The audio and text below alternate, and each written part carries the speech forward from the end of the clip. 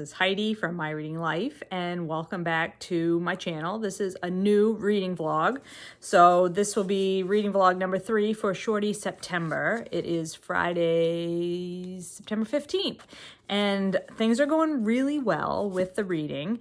So I've completed 2 more books this week during the course of the work week, and one of them was a shorty. So I finished A Clockwork Orange, which I talked about in my mid-month book bash vlog. I was reading this last weekend and not enjoying it very much, and I did complete it, but I will say that I did not like this book very much. I found the made-up language to be irritating to deal with. I think it's super, super violent. I understand, at least I think I understand at least partially what the author was trying to do here, talking about, you know, is it possible to turn somebody who is doing evil things to make them quote unquote good? What makes a good person? What makes a bad person? You know, commentary on the state of a justice system and the prison system, and supposed rehabilitation and that sort of thing. Also talking about authoritative governments and you know, authorities that take away your rights and try to make everybody sort of conform and think the same and do the same and all that. But I just did not have a good time reading this book. It just was not fun for me. It was, however, on my ancient TBR, so I am glad that I've read it, and now I can, you know, I can say sayonara to this one. So another book down for Shorty September. This book was total about 191 pages. So yeah, that one definitely qualifies. And then on Wednesday, I had to drive a lot for work, and I listened to the entire audiobook of All This Could Be Yours by Jamie Attenberg. So this is a book I've had on my shelves for a couple of years now. It was the audiobook was available to me through my library, so I decided to pick it out. And I listened to the whole audiobook during my work day on Wednesday, and this is literary fiction about a family. The dad has a heart attack and is in the hospital in the very beginning of the book, and the family gets called home to basically deal with the fact that he's dying. And over the course of the book, the chapters are told from the different characters' perspectives. The daughters, the sons, the moms, the son's wife, and some various other characters. And through their eyes, you learn about this family, what the family dynamics were like. This is a very dysfunctional family. This is definitely a rich white people problems book. And it was okay. It was average for me. I found like none of the people in the book are very likable. And sort of a lot of it is their problems are of their own making. Like the dad definitely is not a nice guy, but like a lot of the problems the people kind of bring on themselves, irregardless of what the dad was like. And so I found that a little bit irritating or eye-rolling. But it was entertaining enough to keep me occupied while I was doing a lot of driving. So, I mean, for that purpose, I think it's good, but not great. So if you like a family dynamic story told from multiple point of views, pretty short chapters. I will say the other thing that kind of irritated me about this book was there were some tangential characters who had perspective chapters. Like we would get these characters, you know, first person narrative telling part of the story, and you're like, who is this person? Like, this is not one of the siblings, this is not the wife, this is not like, and you would find out like who they were, and they would be tangentially related to the main story, but like they could have been cut out of this completely and it would not have impacted the story. So I definitely didn't need that extra little bit. So those were the 2 books that I finished over the course of the week. So this one was 300 pages. So this one does not qualify for Shorty September, but it is off my physical TBR. So it's another one down for me. Another book that I am almost finished with is The Sum of Us by Heather McGhee, which is What Racism Costs Everyone and How We Can Prosper Together. I'm buddy reading this with Patrice Jones and Rachel. And we are having great conversations about this book. We're reading it a chapter at a time and then discussing it, and so good. This book is a National Book Award longlist couple years ago, and it is really, really fantastic. Heather McGhee is going through like all these different issues and really laying out the evidence for how racism has impacted that issue. Like, the last chapter we just read was a chapter about climate change and how climate change and racism intersect, and it was super fascinating. Really, really well done.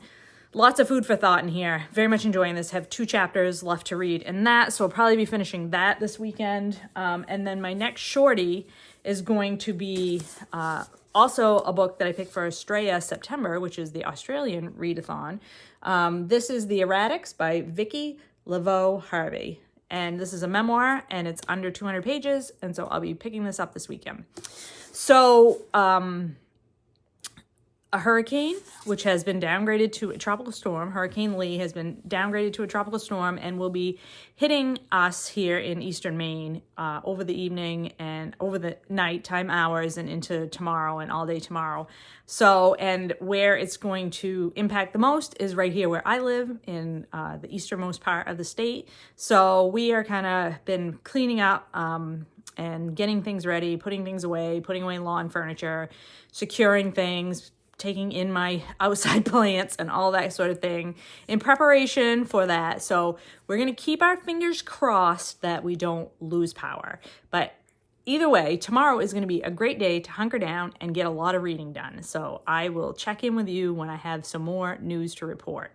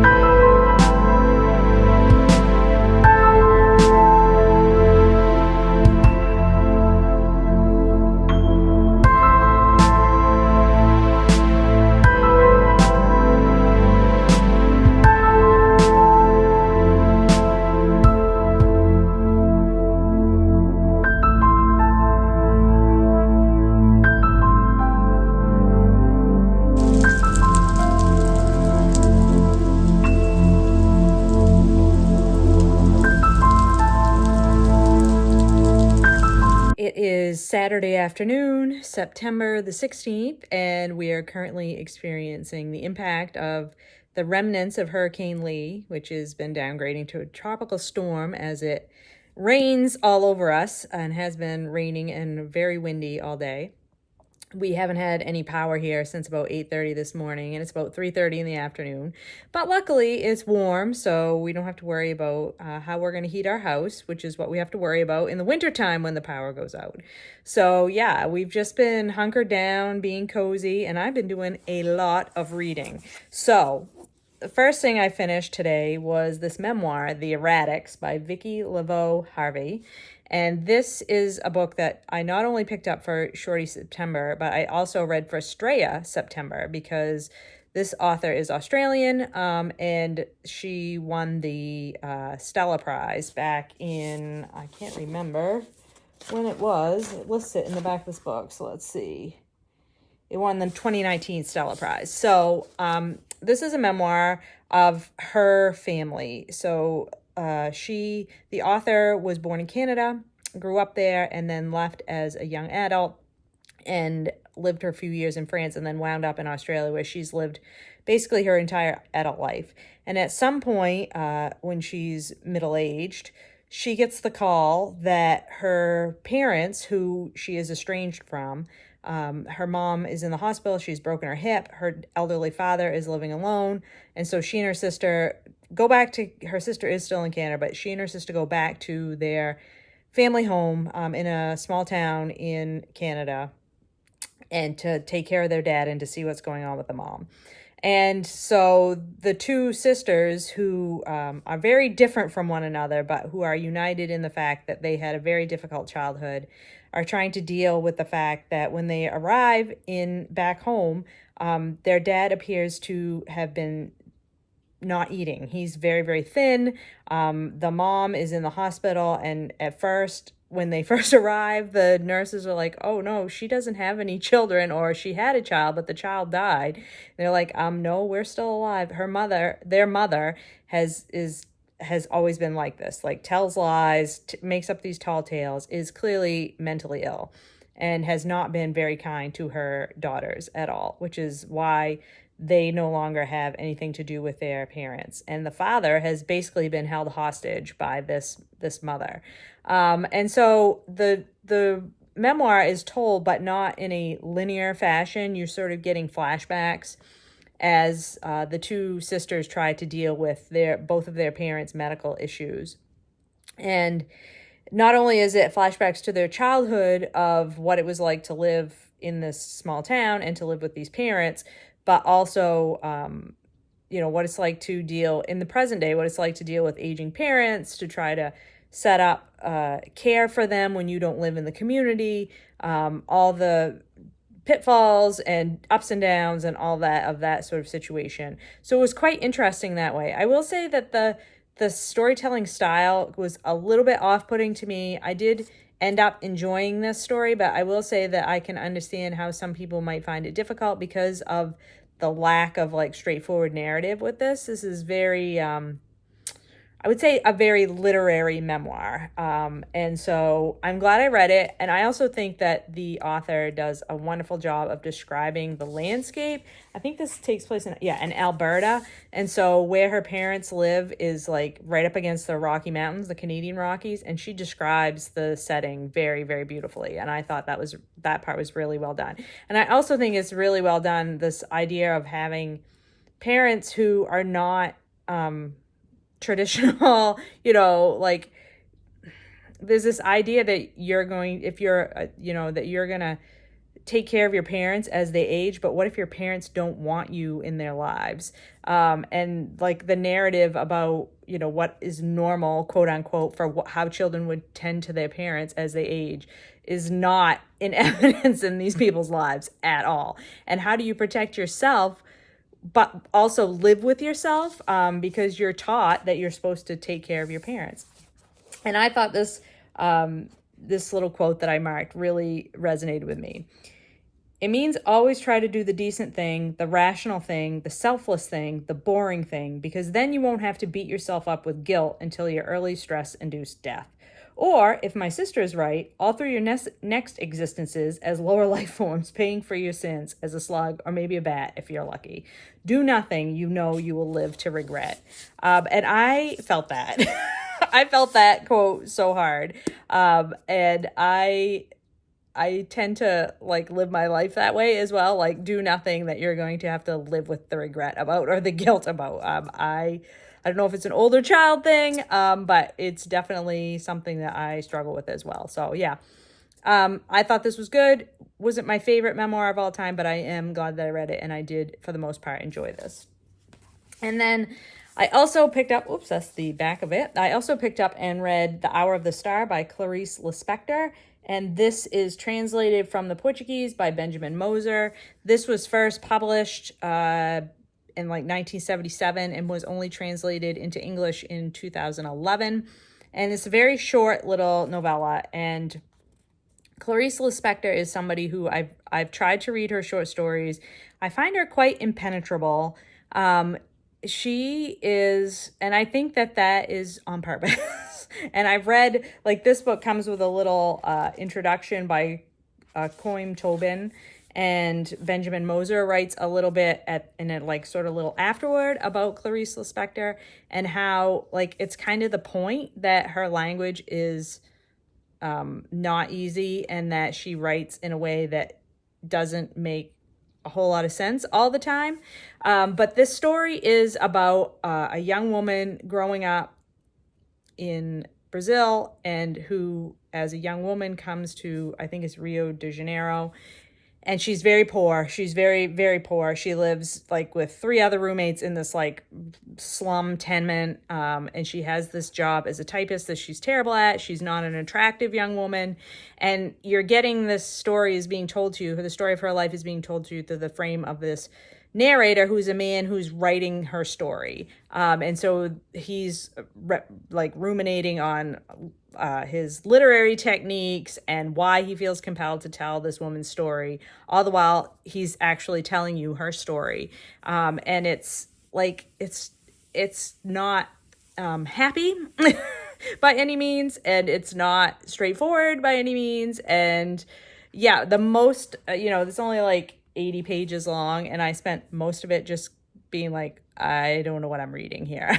I don't know, like I'm reading the words and I can read the words, but like the sentences don't make any sense to me. I mean, I got the gist of this young woman's story, and I think it does say something about people who live in poverty in an urban environment in a developing country. I think that there's a lot to be said there, but this whole frame structure around the story was like really kind of irritating, and I just didn't get a whole lot out of this story. So this one was not a big success for me. But that's 2 more Shorties off the pile for Shorty September and 1 for Stray of September. And so, I feel great about that. So I am going to continue to enjoy my Tropical Storm Saturday and probably do a little bit more reading. And hopefully we will continue to have just rain and wind. And the worst thing that will happen to us is that the power will be off.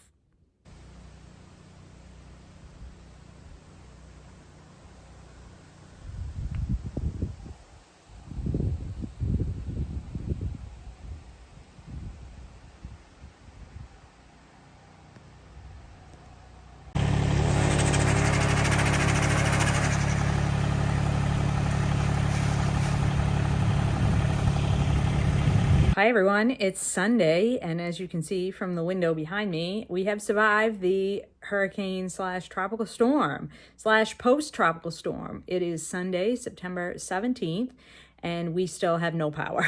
So we've been now well over 18 hours without power, and not 18 hours, I'm sorry. We're well over 24 hours without power, and yeah, we're going on 30 hours with no power at this point. That's fine. It's sunny out. It's nice. It's warm. It's not winter time. The biggest thing is that we have to keep running the generator every few hours so that we don't lose the food in the fridge and the freezer. And of course, to get water and all that sort of thing. But other than that, we survived the storm very well. A little bit of flooding in the basement, but that was minimal as well. So yeah, we're very lucky and thankful that it wasn't as bad as it could have been. And I have been making fabulous progress on my reading, because when the power's off, you really are forced to do nothing but read. So I am not complaining about that. The first thing that I've completed since my last check-in is The Sum of Us, What Racism Costs Everyone and How We Can Prosper Together by Heather McGhee. This is a buddy read with Patrice Jones and Rachel, and I finished up the last chapter last night. I still haven't done my final check-in of this with the ladies, but I really, really enjoyed this. Although I will say it made me very angry in places. I will say I don't normally give a star rating with my reviews, but I would give this 5 stars all the way. It was 100% engrossing from start to finish. I learned a lot, and I think that the arguments that Heather McGhee is making about how racism, not just individual racism, but systemic racism, the racist policies that the U.S. government has perpetuated since slavery times, hurts all of us here in the United States, and that it would be more beneficial to us as a country, not just from a social perspective, but from an economic perspective, if we would adjust some of our policies and fix some of the problems that we can fix so that we can all go forward and be more prosperous together. And she really she does an admirable job of making that argument. And she looks at it through the lens of several different issues. And each chapter is sort of focused on a slightly different issue. And I thought it was fantastically well organized, excellent examples. very interesting case studies. And then at the end of each chapter, she sort of gives a story, a personal story or a organizational story or something to that effect that is positive and optimistic in terms of its outlook on moving forward and ways that we might move forward. So even though a lot of these topics were really awful to read about, really terrible things being done to people and how that's impacted generations of Black and brown people in this country, she definitely ends each chapter on a positive note, which I thought was really an excellent way to organize this. So highly, highly recommend if you have not yet read this. And then I finished this morning The Lonely Londoners by Sam Selvon. This was a gift to me from Karen from Run Right Reads, and I was very excited to finally get a chance to read this. This is a book where we're following a group of immigrants from the Caribbean to London in the post-World War II era, so what's sometimes known as the Windrush generation. These folks immigrated, even though they were citizens of the English Empire. They came to London and England to better themselves, to get more economic opportunities, and mostly men in this generation, although sometimes family members would join the men after a while. And so this follows the main character's name is Moses, and he, at the beginning of the story, is going to a subway station, or train station, I should say, to pick up a newly arrived person from Jamaica off a boat, and to introduce him, basically show him around London and show him the ropes. And from that initial meeting, we learn more about Moses. We learn more about the man that he's meeting, who ends up his name is Henry Oliver, but everybody calls him Sir Galahad because he's quite dapper and debonair and sees the good in everything that he's experiencing. And this is written, I will say I found it difficult at first because it's written in vernacular. So there's some dialect things going on here, and some sentence structure around that's modeled on the way people from the Caribbean spoke at that time period in the 50s. But once you get into the rhythm of it, it's so delightful. And it really, it's comic in places, but it's also tragic in others. So you're getting this look of these people who are just trying to, learn to live in this new climate, new city, new economic structure, and experiencing a lot of racism for the first time in some cases. And how they navigate those things, but yet still with their own sense of their community and where they come from and where they're going. It's so good. And I just thought that this was just absolutely delightful. I'm so glad to have read more about the Windrush generation, and I think that this little short novella is an excellent place to go if you're interested in learning more about this time period in England, and particularly about immigrants from the Caribbean to England during the 20th century. I think this is fantastic. So I'm glad to have read that. I also finished another novella that I had been reading previous. It was another buddy read, and that's Voting Day by Clare O'Day. I read this as an ebook from Scribd, and this is a book that takes place during one day in Switzerland, the day of a referendum to vote for the people to vote whether to give, the men, because only the men have the right to vote at that time, 1959, they're voting on whether or not to allow women the right to vote. And the story is told in 4 sections, and each section is a different woman's story from this one day. And so we start off with a farm wife. She is in her probably 60s, I would say, and she is getting ready to go have an operation in the city. So it's her sort of day getting ready on the farm and dealing with her husband and her sons. And she's going to go meet her daughter in the city. And so the first chapter is all from her point of view, and it was excellent, very, very engaging, and very vivid imagery of what it was like to live on a farm in Switzerland at that time. And then the second chapter is from her daughter, and then you move on from there, and I won't tell you who the other 2 perspectives are from. But I really like this short novella. I thought it gave a really interesting perspective on a time and place that I didn't know anything about. I didn't know how long it took for women to receive the right to vote in Switzerland. And and the different women all bring something a little bit different to the table. And the different women are not all entirely likable. Some are more likable than others, and some are not likable at all. And the reasons for that are varied.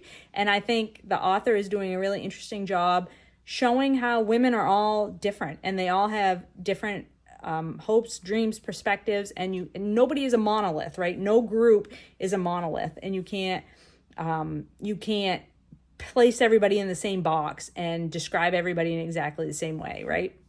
So I thought it was really good. I enjoyed my time spent with it. It wasn't the best thing I've ever read, but I did very much enjoy it while I was reading it. So that is another book down for Shorty September.